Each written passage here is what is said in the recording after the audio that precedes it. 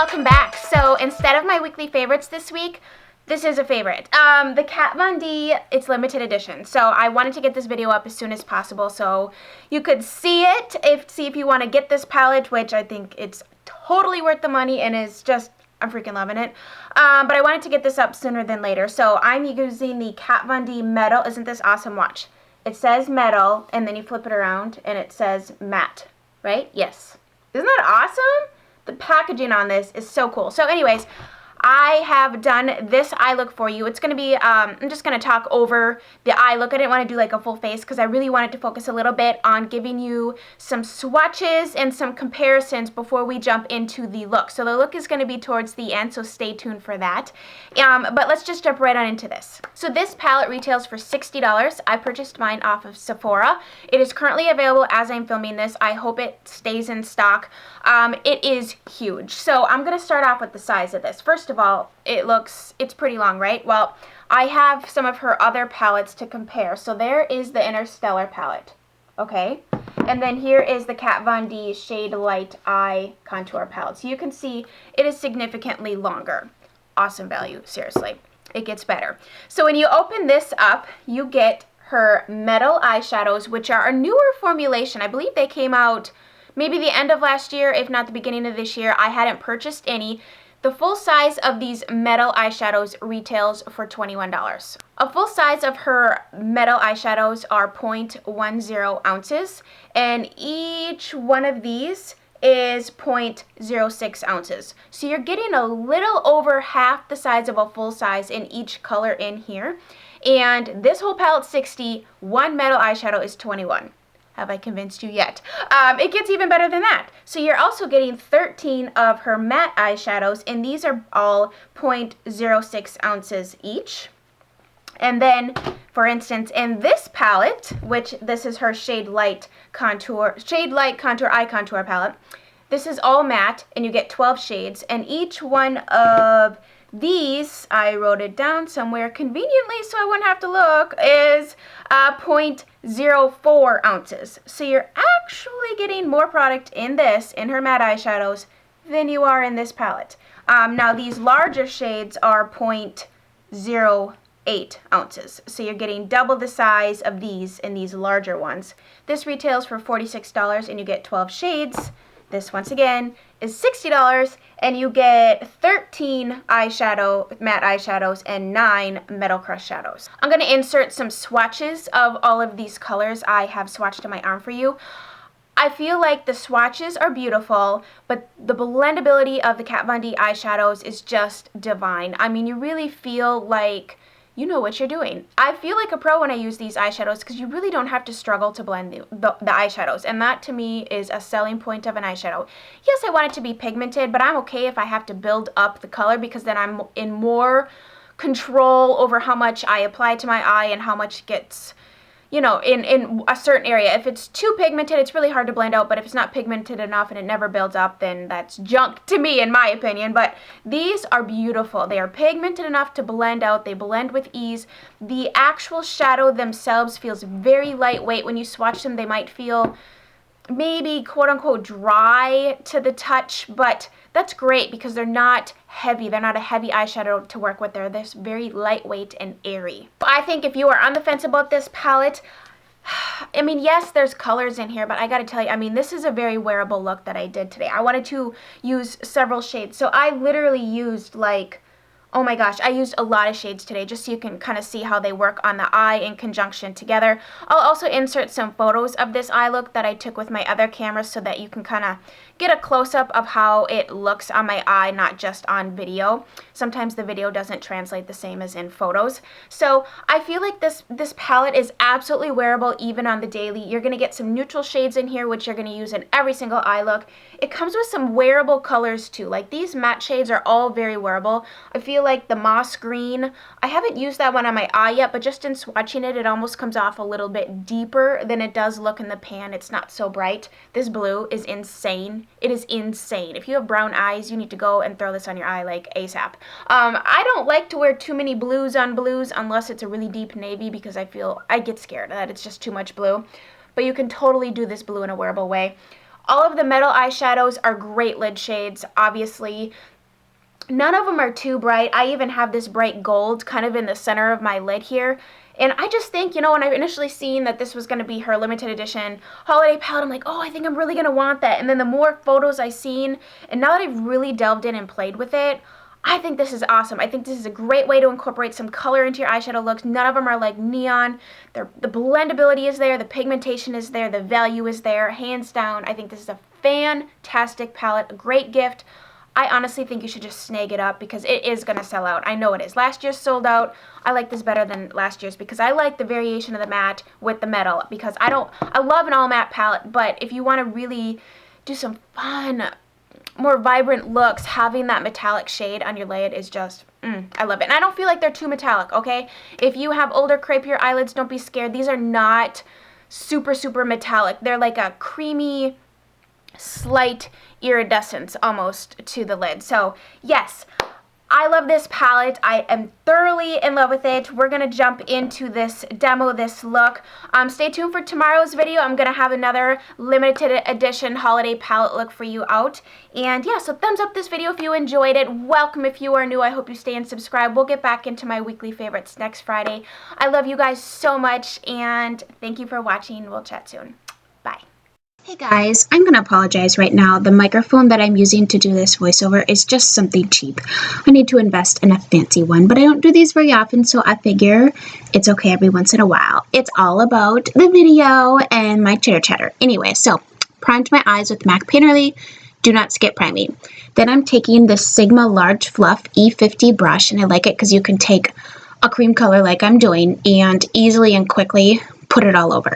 I like to start with doesn't matter what I'm doing, I always start with some sort of flesh toned color because I find that my shadows blend so much better if I have some sort of flesh colored shadow covering up that paint pot before we go in and start adding in what I'm doing now, which is my transition shade. This is a Sigma E40 brush, I believe, or a MAC 224, something just big and fluffy. This is the color Suede. It's just a beautiful transition. I'm just creating like a background shadow, essentially, because all that color is actually going to be covered up. But this is going to help me kind of get the shape of my eyeshadow look. I'm not an expert, but I have figured out that if I do this kind of color, it helps me with the placement of the rest of my colors, which for me is key. I still struggle with getting it right. My eye looks are not perfection, but I have learned that this really helps. So I'm just blending this out back and forth, all in the crease, and just creating a shadow. Now I'm going to go in with this yellow color called Feather, and this is I believe this is a Sigma E25 or MAC 217, something like that. This color did not show up that well on me, and I didn't really like it. So you'll see me go in and I'm like thinking to myself, oh boy, this is not showing up very well. I'm going to have to really pack this on. I think if you do a base that's like a yellow base, or, you know, put it over something that's darker. I've just put it over what you saw me put it over. So it just really wasn't doing much. So I wanted to try to use as many colors as possible. And I really wanted to create like a sunset effect in my crease. So yeah, I'm just going to town trying to blend this out. And then I decide, you know what? Yep, well, you can't hear me, but I'm saying to myself, because I'm up there in my room by myself, talking to myself. I clean off my brush with the color switch, and I'm like, I'm going back in with something else. So this color is beautiful, very pigmented. I did not have to work hard with this. I'm taking that same brush. This is called Fringe, and I love this color. I think this is my favorite matte so far that I've used in the palette because I'm really into like a brightening peach shade with, doesn't matter what color eyes you have, it just adds so much light to the eye area without being, like it's color without too much, you know? So going in, once again, right over top that yellow color essentially because it just didn't really work. And I just want to start creating that gradient of color from like a peachy shade all the way up to my brow bone. I just add a little bit and blend, add a little bit and blend. And that is one thing that is never included in most people's, because you don't want to sit and watch someone blend for forever, but there really is quite a bit of blending that happens. I just edited out because this would be really lame to watch, even with my running commentary. So I decided that, oh crap, I forgot to zoom in. So now I decided to zoom in so you can actually see what I'm doing. I tell you what, sometimes I have these brilliant ideas for these videos and then I go to execute them and I forget half of the things and half of the steps I'm supposed to be doing. So just blending back and forth. I'm bringing it all the way in because I've kind of decided, I think, with my eye shape, I need to be doing that. Now I'm taking that same color that I was just blending out, and I'm bringing it down into my lower lash line. And I'm using the Chikuhodo Z-10 brush. I love this brush. I talked about this before. This is what I use to blend out my lower lash line colors. It doesn't tug at my eyes. It's soft. I don't know. I feel like it gets just enough product on the brush and blends it out without being too small. You know, it's a larger one, but if you're going to blend out something on the bottom, this is what you need. Those smaller ones are better for like detailed work. Now I'm going to take the color Silk. This is like a matte, dusty orchid color, and I'm taking the Sigma E36 brush, and I'm going to now take that color into my crease just below that peachy color and start blending. I'm going to add color and blend, add color and blend.